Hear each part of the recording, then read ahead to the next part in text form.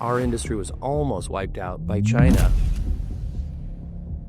They were landing the same product and selling it for our input raw material prices. Manufacturers, assemblers, whatever you want to call them, had become so reliant on this very predictable flow of cheap material from China. President Trump has repeatedly criticized China for dumping cheap steel into U.S. markets.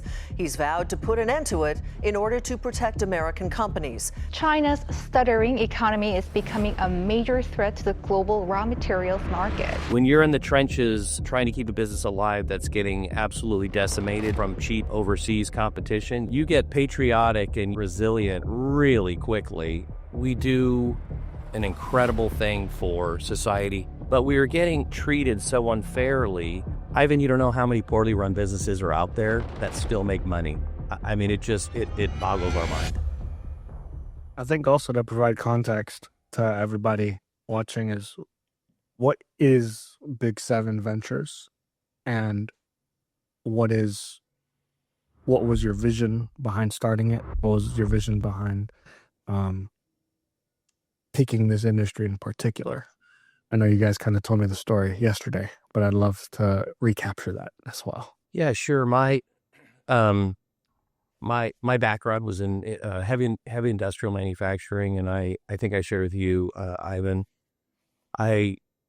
There's a famous Wayne Gretzky, quote about trying to skate to where not where the puck is, but where the puck's going to be. And after I left my previous job of 26 years, I had this sense, because I had seen so many signs within my small industry, again back in my corporate days, that there was going to be a renaissance, and Kevin touched on it too. I think COVID exposed, and it was very enlightening for me to sort of sit back and watch what was happening with all the supply chains, and things were just unraveled. And I think companies that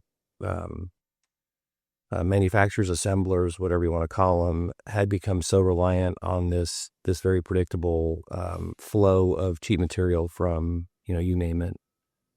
China, Thailand, Vietnam, and then COVID just really laid the wound open, and I think the U.S. Supply chain, the U.S. manufacturing base, U.S. industrial base was so unprepared for it. So that was sort of my thesis going into this, and this is when I pitched. I don't think we were drinking, Kevin, so we were stone sober. Well, maybe. But that's when I said, hey, I know industrial and I know manufacturing and I know how to identify a niche. So that was really that was the thesis, and it was really and selfishly speaking, it's what I was familiar with, and I knew how to run, and I knew how to improve, and I knew the metrics you had to look for. So I came at it from a pretty hyper operational way, and then Kevin's skill set obviously was super complementary in the finance and deal structure and things like that. So that's really, I don't want to say we got lucky, because we were fairly intentional about where we wanted to go and build and acquire. I think the word platform company so overused. We have our certain, we have our profile, what minimum sales and things like that, because there are certain numbers that you have to hit just to make the thing worthwhile. But that we wanted to and continue to look for these small to medium sized industrial companies that our tagline is, we make things that make America. So if our company makes a sub-assembly for a landing system for aircraft, we don't have that company, although we got awfully close on one deal. But that's typically what we do. And we love branded products. I mean, if there's a guy that's been making the critical part that has to, for example, a gasket, he's the only guy that makes this advanced material gasket that goes in between a race car manifold and engine block, and he's the only guy that does it, and is branded. That's an unbelievable business for us. So we take we'll take the opportunities we can get them. Yeah, I did a deep dive into. I had a buddy tell me that I should look into. He had mentioned something about Palmer Luckey with Andrew, and that led me to binge watching a ton of interviews where Palmer Luckey, Andrew, the new like defense company, he founded Oculus at like 19, and then after he got fired from Facebook for politics, he started this defense company making tech for the government. It's sick. And he in all these interviews he essentially started talking about the tech industry and how the best talent in the world is now dedicated to building products and things that, like, the second DoorDash but for dogs, or Uber for this, or using the best talents to make apps and little tech and all this stuff in search of revenue, rather than the things that would best benefit the United States and America. And to come full circle to what you just said, is that you guys invest in the things that are building America. Where does that come from? Why did you guys pick that as the tagline in your thesis for what you are building? Kevin, you can chime in anytime, but I having been involved in a family business, very, very proud 100-year-old manufacturing business that was acquired, 12, 13 years ago.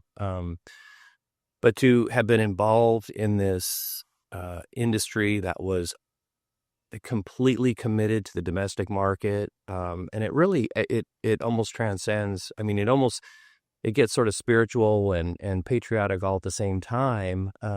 So our industry was almost wiped out by China. They were landing the same product and selling it for our input raw material prices. So all of a sudden you get this very hey, that's wrong. They can't do that. This was water infrastructure, and we're thinking, wait a second, we have we do an incredible thing for society and get paid for it. Don't get me wrong, but we were getting treated so unfairly by the cheap imports. You really develop this sense of, hey, we won't let cheap offshore beat us. We're all in this together. If you have to pay a couple bucks for something that, that's made in the United States, but costs a little bit more, we're willing to do it. So we really adopted that mantra, and that's sort of been, it just has been inside. When you're in the trenches, trying to keep a business alive that's getting absolutely decimated from cheap overseas competition, you get patriotic and you get resilient really quickly, and then as you look out, as you come out of the bunker, and you see all these other businesses that went through the same thing we did, in terms of getting just wiped out by cheap offshore product, you develop a sense of sort of American pride and American resilience, American ingenuity, and you just it's almost more of a it became almost a religion for us back in the day. And so I took that I took those battle scars into this one, and I thought, okay, the whole balance of trade and the dumping of imports and things like that, a lot of that had been settled. It at the FTC level in many industries, but the playing field had been leveled in many industries, due to some FTC action within the last 5 years. And I thought, now's the time you, I think the United States has rationalized or they've understood how how exposed and how vulnerable you are if you don't have the ability to make this stuff in the United States. And so um, obviously the election changed quite a bit and even accelerated, I think, the move to domestic capabilities. So it was great. It, we thought long and hard about it, and luck plays a little bit of it too. But that's really what it is, and it's a sense of American ingenuity, resilience. We can go toe to toe with any offshore product as long as it's fairly priced, and that hence the we build the things that build America. That's my story. And as we mentioned yesterday too, Ivan, that's where we Big Seven coming in and embracing the culture and adding to that culture. And I'm not going to say fueling it, but certainly embracing it with that mantra, hey, let's go kick the shit out of the people across both oceans, and let's keep this home. I think it goes a long ways with, the people or the companies that we choose to go after. Because there's a lot of, I don't think we're saying anything new, but when you go into these small, medium-sized businesses, there's a lot of pride in what they, in what they do every day and make, and the craftsmanship and what have you that goes into these products and these people. Again, there's a certain level of pride around it. And that's where Big Seven, we come in and we want to make sure that on a rising tide lifts all boats, that if the company's doing well, all the employees get to share in that, in the success. We want everyone to feel like they have a little piece of the pie of the new entity. Yeah, that's yeah, it's so true when you guys say that, because I was hearing people debate now what kinds of manufacturing will actually come back after the move to bring it back here to the US. What kinds of manufacturing will be here, because things are now different. And then it was in those same interviews I was telling you guys about, they were talking about all the chips that are made for the AI that we're building, and that there's a bit of a race going on now, are all in Taiwan. And I have some friends in solar, and they were telling me all the material for the solar panels for the energy that we need to be independent are all made in China. So if something were to happen to the grid, like we're done. Yeah. Yeah, exactly. As we tell our LPs and people who are thinking about coming along with the ride, was that we are quintessentially opposite of SaaS and tech in what we are going to go after. So we're a good balance to one's portfolio. When you have real estate, bunch of tech, and then you got Big Seven, and we're doing the things that built America. And to your point, Ivan, the whole for you use solar and the rare earth material. Obviously, a lot of it's concentrated in China. You never count the United States out, and when we have the, I would say, the political support and the will to, let's say, for example, open up a mine in northern Nevada, we're going to do it. And so it is all manufacturing going to come back to the United States? No. So some industries have doubled down, and they've lost the knowledge and the expertise to do it here. But I would say, by and large, we could bring anything back here we want. But again, being capitalist, it obviously has to make sense. But, for example, I thought it was interesting, current administration, big emphasis on shipbuilding. We used to be top three shipbuilders, and now we're, I don't know, 10 or 12, and the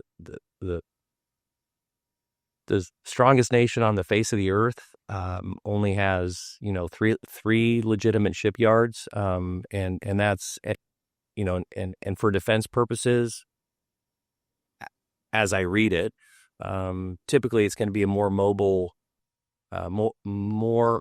military model, which needs big ships. And so, you look at that and you think, yeah, that industry needs to come back. We're not looking at any shipbuilding companies, by the way, but that's just you're really unwinding. And it's funny. Here's where economics and politics, get sort of tangled up.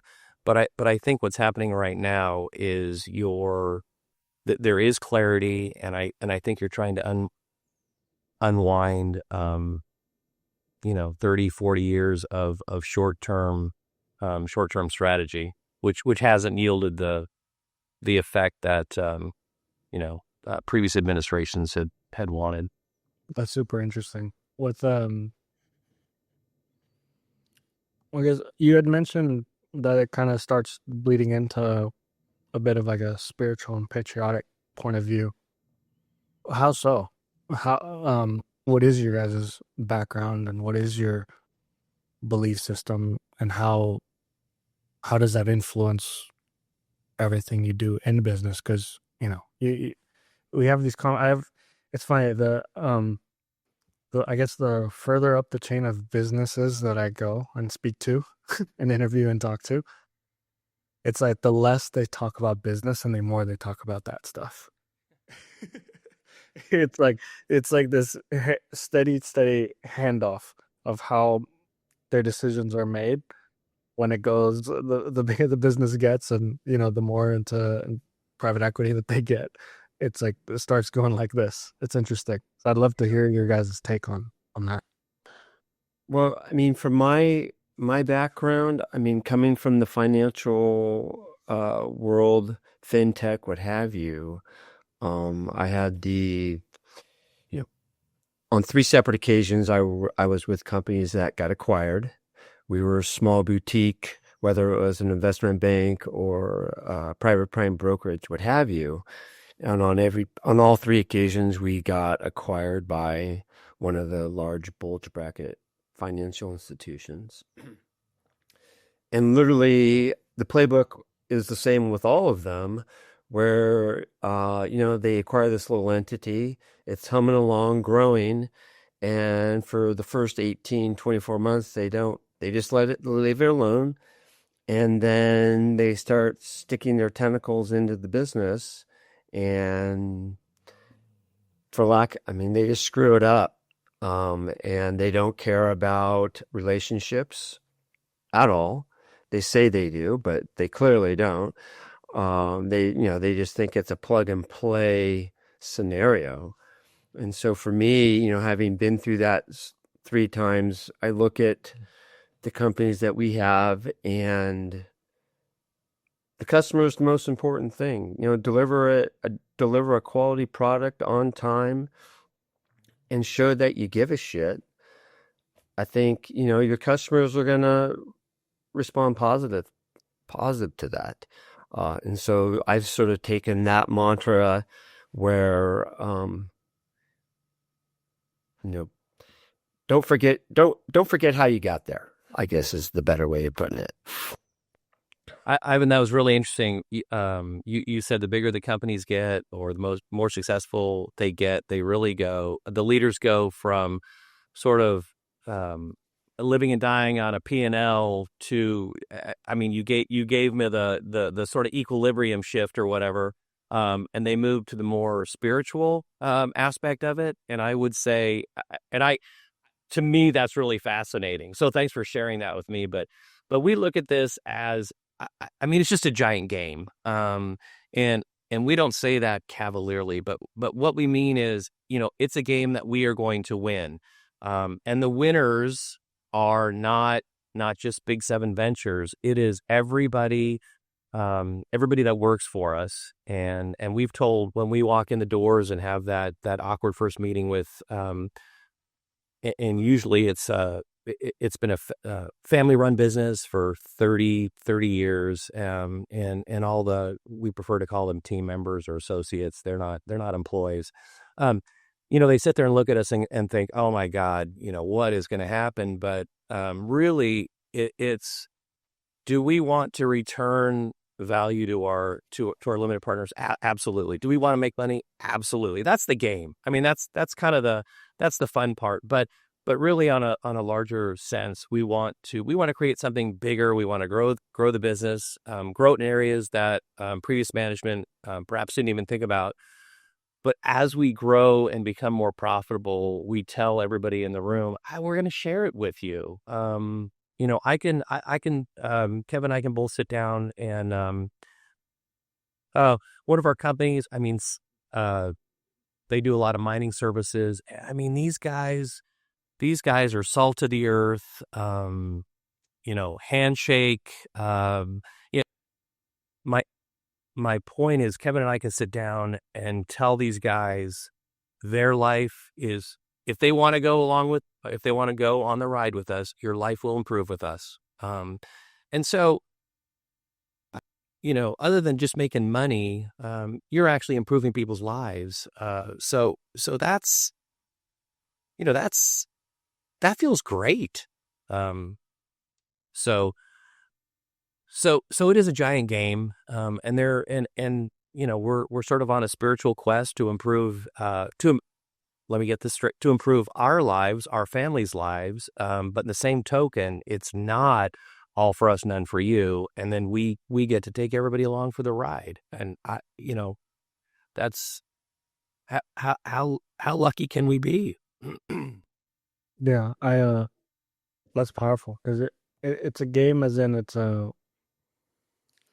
not as in you guys don't take it seriously, but it's a game that you guys intend to fully win, and it's a game as in it's at the end of the day, it's not the actual. It does matter, but at the end of the day, I mean, Kevin, you touched on it briefly. The relationships are what matter more to you guys, and I'd be very interested to because everyone. It's funny you ask every. It's kind of like an interview question when you're hiring somebody. It's like everyone says the same things and everyone kind of says they have the same values. Like everyone says they value honesty. Everyone says they value integrity. Everyone says they value, like, everyone has the same goal of what they value. I'd be very interested to hear how you guys define relationships and define like how you guys go about making sure that your value of relationships is clear. That it's very clear that you guys value relationships. I'd be very interested to see how you guys go about building those. Great question. One, transparency is super important. And Kurt and I and our other partners, we tell them in that first awkward meeting, hey, look, we would prefer more calls coming out from you if you have questions than us having to come dial into you, asking a bunch of questions and bothering you. But I think, with that being said, it's getting out in front of them in person, face to face, establishing a rapport with them, showing that you care, not only on the business side, but also on the personal. I mean, little things, like this last weekend. Oh, hey, it was Father's Day. So, you go to the people whom are, father, and hey, happy Father's Day. I mean, just little things like that, that sometimes goes a long way, that show, hey, I care about this person and how he's doing and what he's thinking. And that's the other part of when we tell them in that first meeting is we say, hey, look, if you guys have something you want to get off your chest, or you have an idea, fire away. I mean, we're not, sitting here balling up and keeping the secret sauce from you guys. I mean, this is a team, and we're open to ideas, thoughts, and encourage that open line of communication within our companies. I would say, Ivan, what sort of rules a day, and is I mean, I'm telling you, it's worked for thousands of years. So I would say the golden rule. I've had the unique. Well, actually, I'm sorry, Kevin, you have too. I've been acquired. I've been divested. So I've seen sort of I've seen how the sausage is made, and I got to tell you, 9 times out of 10, it's ugly. You're a number. You have all these little junior analysts out of New York City that know nothing about your business, basically telling you, here's what you're going to do, here's how you're going to do it.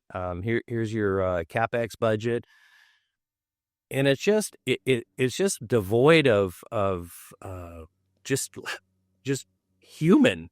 And so we don't. We make products and we sell them at a great price. But what we don't make, we don't sit here and make HR. And we don't think, well, gosh, I think we hurt so-and-so's feeling, on Thursday, and we're going to, so we don't lose sight of the fact that we're here to make money, and there's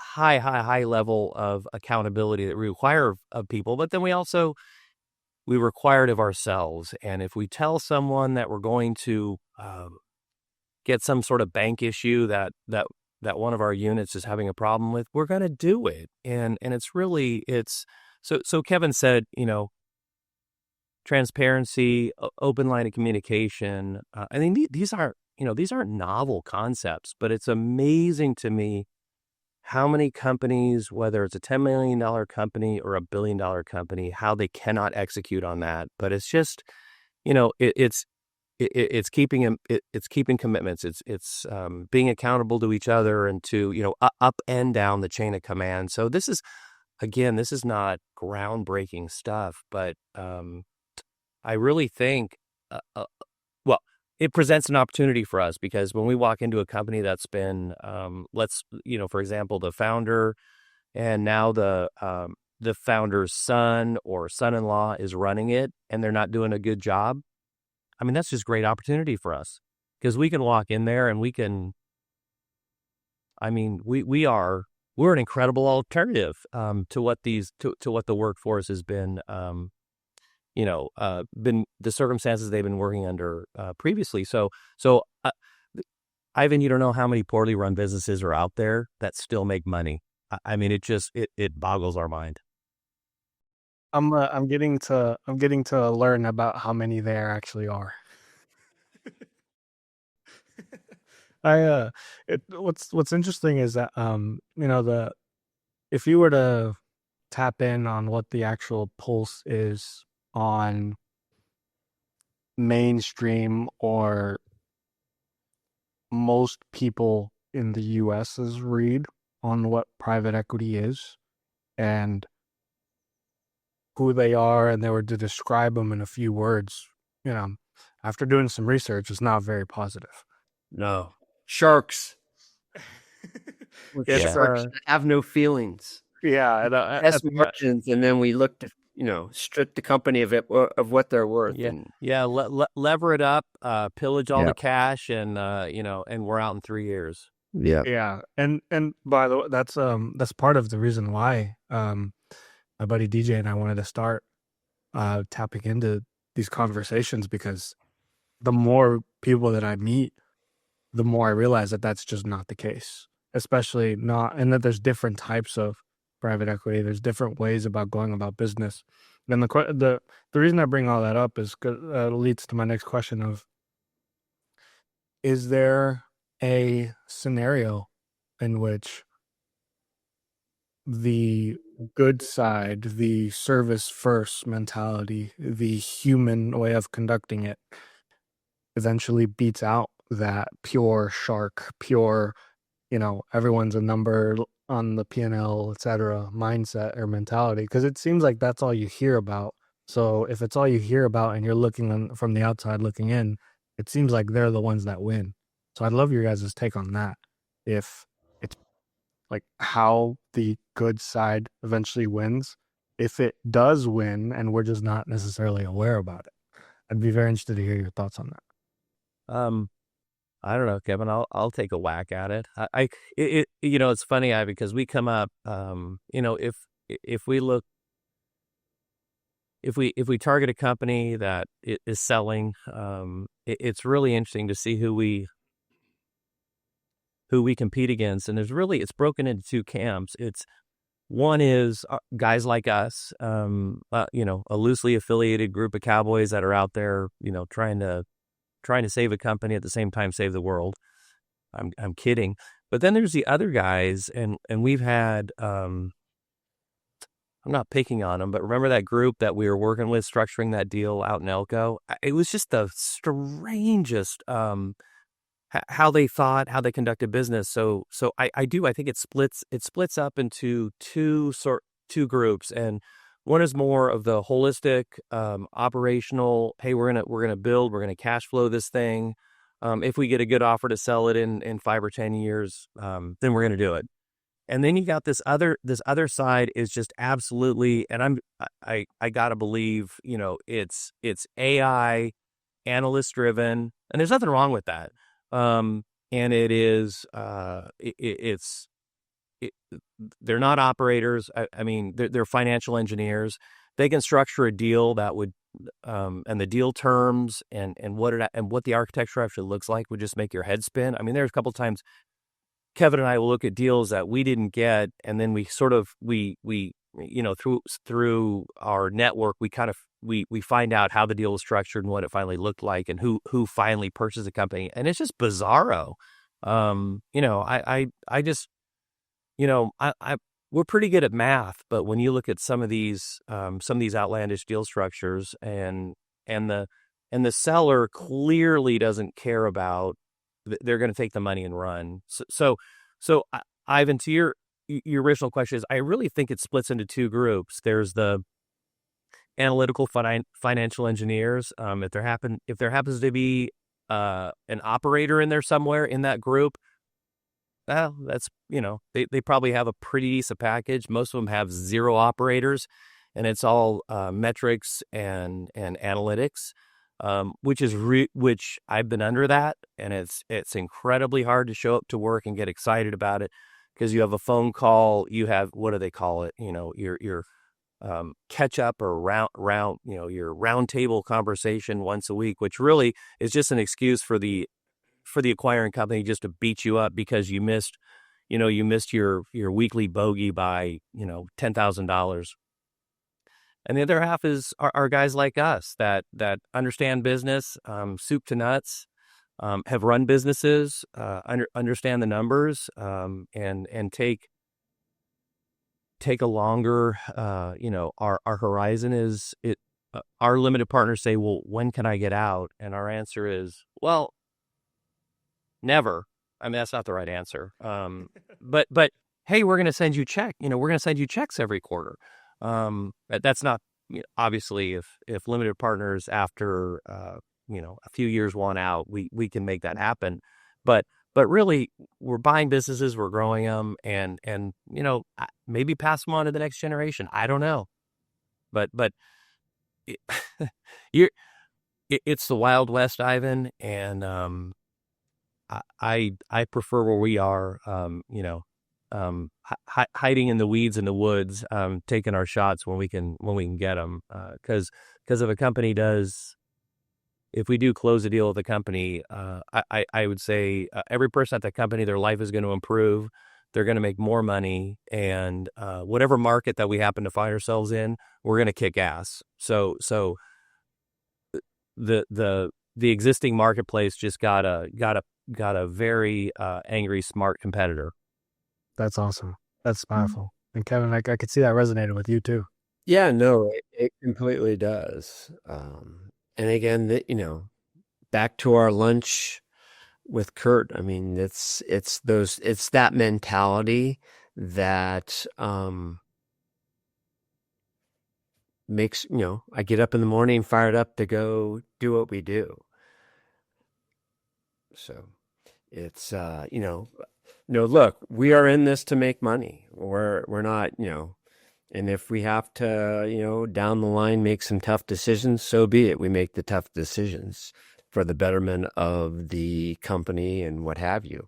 But as we go in and we give them our sort of strategic plan. I mean, for instance, our Nevada company, we went in, we gave them a strategic plan. First things first, we're like, and Kurt has mentioned this, we didn't buy you to tread water. We bought to grow and scale. And the gentleman who owned the business, who had rolled money back into it, kind of rolled his eyes, and he's like, we've done these things before, and these things are cookie cutter bullshit, business school, waste of time. And we're like, well, hold on. I mean, we're not doing that. Let's just keep an open mind for the next day and a half.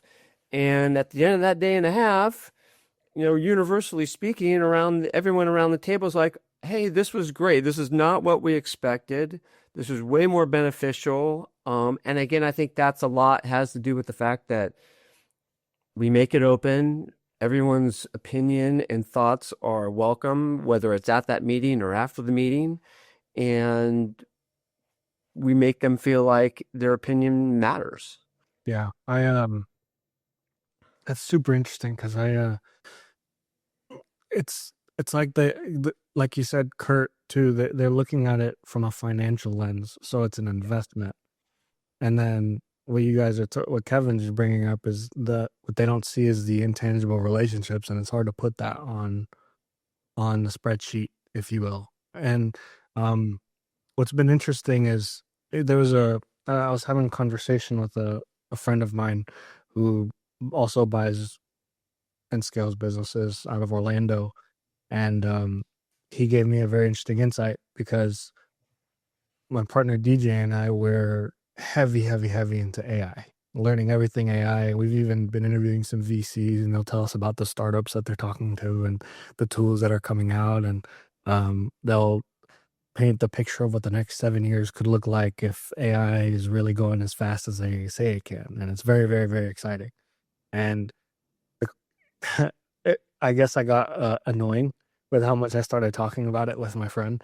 And he was like, well, at the end of the day, there's one thing that the AI won't be able to replace. And if anything, it'll get more valuable. It's the relationships underneath it. So I'd start asking yourself how you can use AI to enhance the relationships. And I was like, when I thought through that lens, it's like Kevin, you mentioned, well, this partner of mine, he's a father. Let's make sure we're reminded to wish him a happy Father's Day. There's a bunch of, I guess, operational things to the relationship side of things that are now possible that previously weren't, or they'd be very hard to keep track of it. So it's very interesting to hear you guys say that, because now it's like, now with tech and AI scaling, now it seems like it's possible to have companies that are relationship first, but that also grow to that crazy corporate level as well. Yeah. I mean, you got to use technology for its benefit. I mean, text messaging. I mean, it's as simple as that. I mean, everyone has a cell phone or a smartphone, if you want to call it that. I mean, good and bad, we're always reachable, but on the good, which is the bad, but the good is, hey, you can drop the person a text, whether it's on the business level and it's just like, keeping those lines of communication open and using technology to the benefit there for sure. Yeah, certainly, we don't look at our people as as cogs.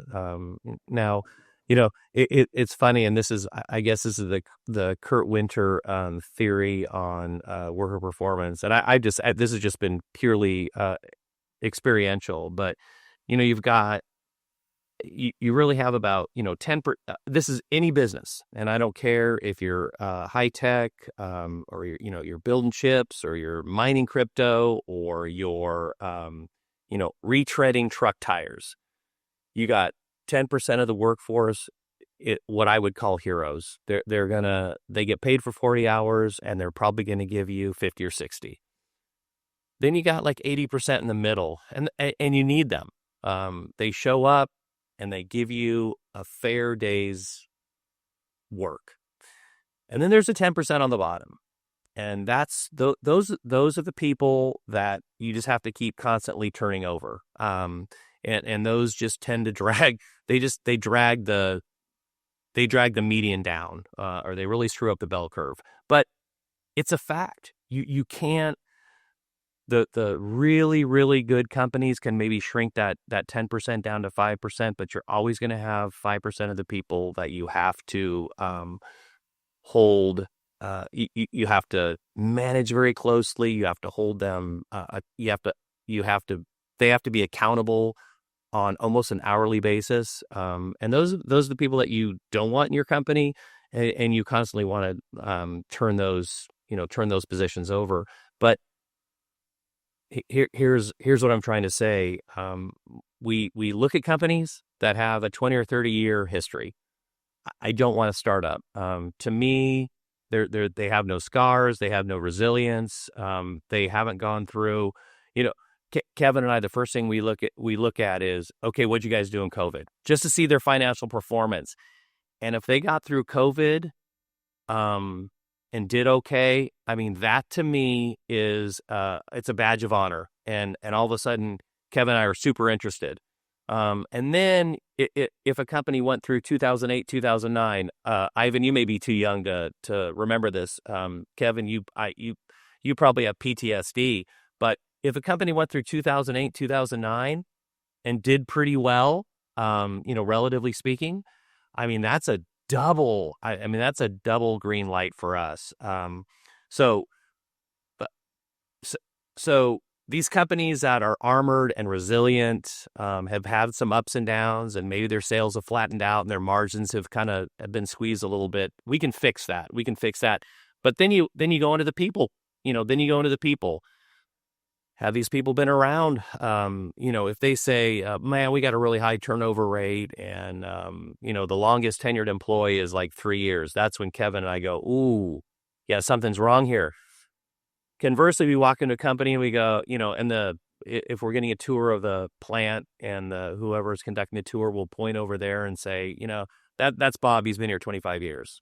That's Bob's son, who's been here for 5 years. I mean, we see that and we just go, oh my God, okay, this, now this is getting interesting. But it really is, you can have the business and the business is going to run, but are you going to be able to grow it and scale it and squeeze more margin out of it? That is 100% people. Now you give them the equipment. If they're duct tape and chicken wiring a piece of equipment that should have been replaced 40 years ago, yeah, we're going to fix that. But it really, it's back to the people. They have all the ideas. They're going to be running it on a daily basis. They're really psychic owners. I mean, if you can get them from workforce to quote unquote owners, I mean, that's, then you just stand back and watch you watch the garden grow. That's powerful. When you I was talking to a he's also, his name is Eduardo. He came to the U.S. as an immigrant at the age of 16, and he was one of the first interviews that we did. And he had bootstrapped his company and then exited, and then started buying these factories himself. So in coding, paint coding, it's called Star Step Capital. Very interesting. And he's telling us a story, and he's like, yeah, when we meet these chemists or these factory owners that are working on the formulation and all this other stuff, at the end of the day, there's only so many improvements that you can make technically. It's all almost, like you said, people, which, I mean, the core foundation of that ends up being the soft stuff that people will refer to, which in reality is almost like the spiritual side of it. And it's interesting how the people who are able to get the most out of these businesses are the people who understand that the most, even though it's a financial investment.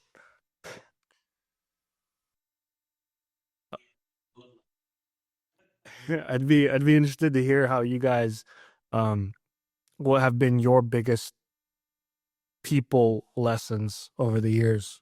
If there's some stories that stick out to you guys that really ingrained and engraved a lesson on how to work with people, how to get the most out of them, how to work with them, etc. when it comes to people?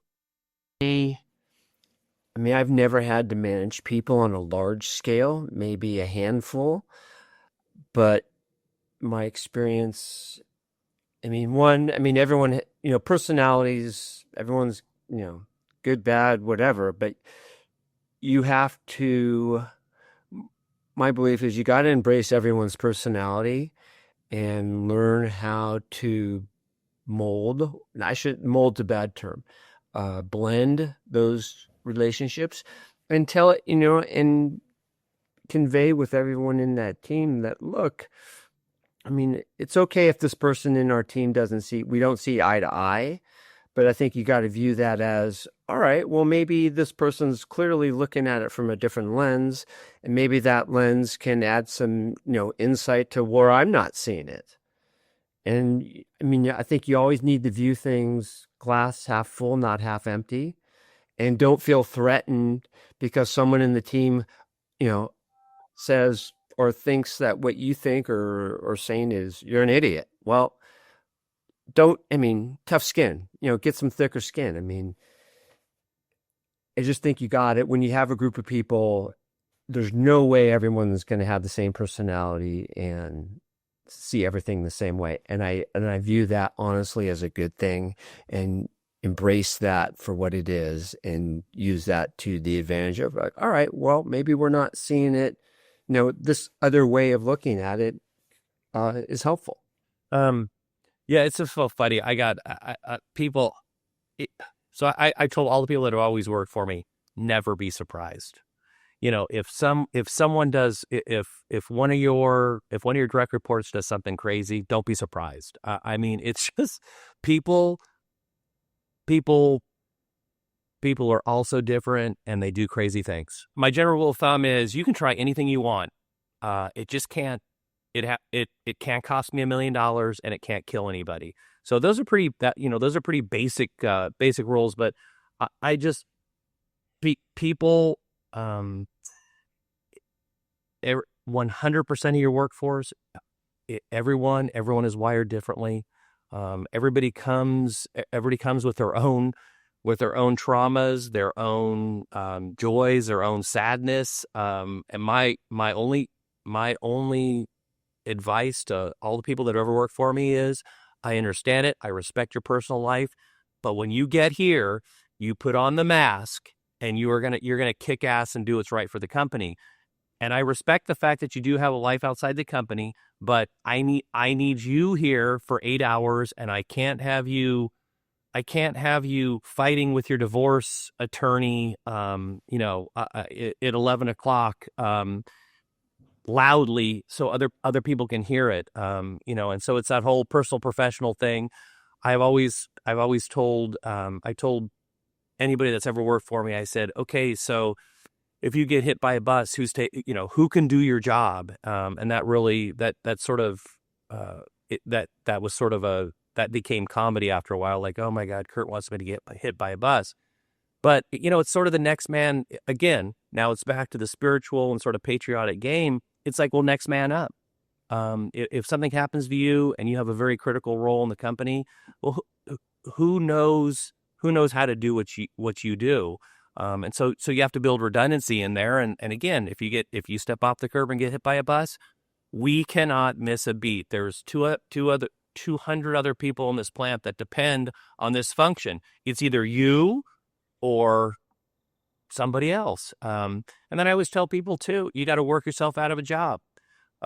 You have to constantly be training somebody to take your job, because that's the only way you're ever going to progress up the company, make more money, have more responsibility.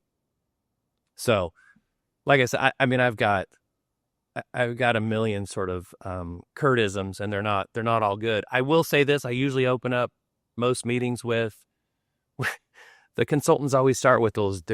You can ask anything you want, and there's never any dumb questions.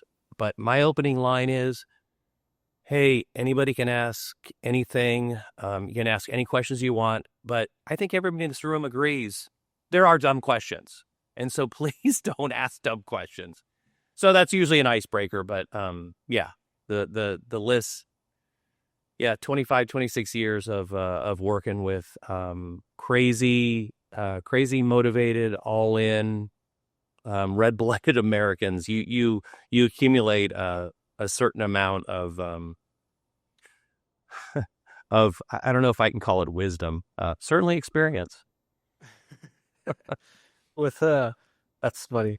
With I mean, if you're working with the business owners that are leading the business, and you're almost helping lead them and putting them in a position to win, it's almost as if for the first time in their career, they have someone that they not taking orders from, but that they're responding to, or that they, I guess, are being led by. And then, so it's almost as if you're a leader of leaders. Who do the leaders of leaders allow themselves to be led by? So I guess it's like, if they're getting mentorship from you guys and the people that you surround them with, where are you guys learning from?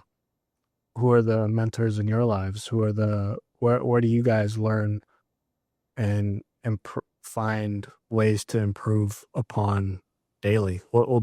Essentially, what books are you reading? What people are you talking to? What that kind of stuff. Ooh, oh yeah, Kevin's our I'm an avid voracious reader. reader, so I mean, I gotta get this book titled really quick. So it's called the Technological Republic: The Hard Power, Soft Belief, and the Future of the West by Alexander Karp. And it's about how AI is basically how he thinks AI will shape the future, good and bad. And so, I sort of will read things on a wide array of topics to sort of educate myself. But I also it could be a podcast like this, listening to someone's interview, and you pick up something new that you didn't know before. Or I'm calling a family friend who's a private equity VC, and this is what I'm experiencing. What do you think? And please give me your 2 cents.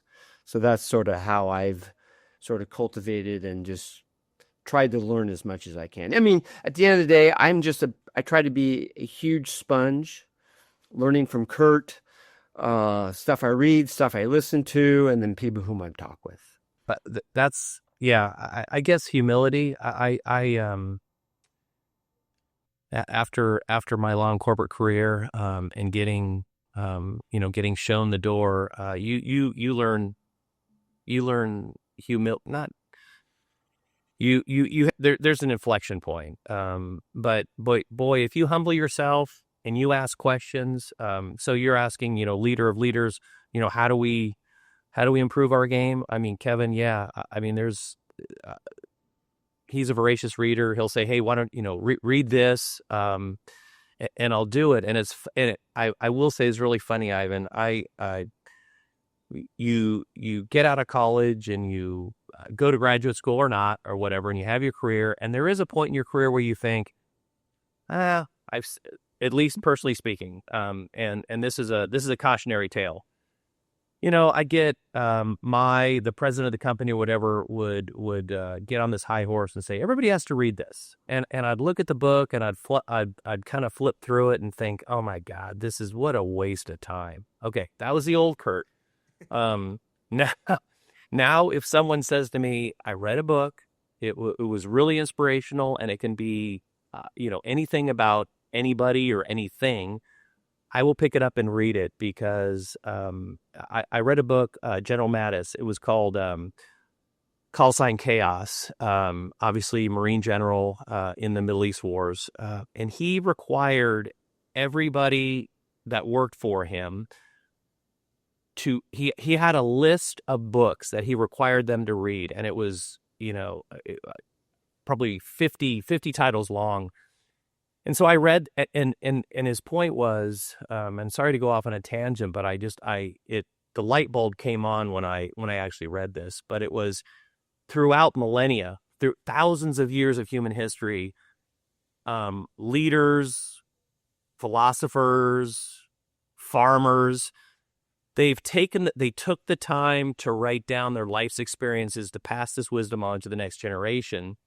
And to me, it's like hitting the easy button. You can figure it out on your own, but you can read this book that this person thoughtfully read, and you can skip all that, and you can get right to the punchline and learn their lesson that took them probably a lifetime to figure out, and you get the benefit of it right here and now in a 250-page book. And so you have to read. You have to read history. You have to read the new stuff. And you may not like the book, but there's always, for me at least, there's always a takeaway, one or two pieces where I go, and it may take, maybe 4 lines in a 250-page book, but you go, oh my God, that makes sense to me.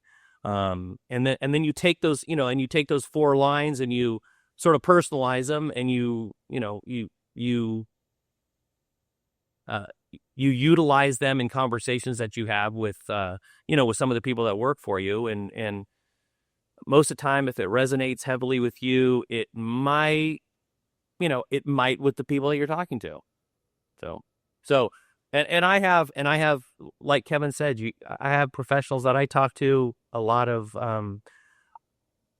ex, corporate people, ex-military officers, and I'll, say, hey, well, how did you handle this? Or how do you create intention in your workforce and things like that? And people, if you're a sponge, like Kevin said, boy, people share a lot with you, and you just have to be, you have to be ready to take notes and learn. Yeah, that's been a big part of why we started this interview show, because we're just a sponge, just taking up all the information. It's our informal MBA, if you will. Yeah, I'd venture to say it's more valuable than a real one. That's I'm gonna clip that, send it to my mom. But yeah, that's awesome. Well, guys, it's been a blast. I'm glad we finally made this happen after rescheduling and Wi-Fi interruptions and